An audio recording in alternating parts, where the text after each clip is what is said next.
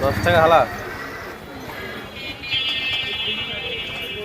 রস হইবে তো ভালো, রস হইবে ভালো রস। তোমার বাড়ির না কেনা?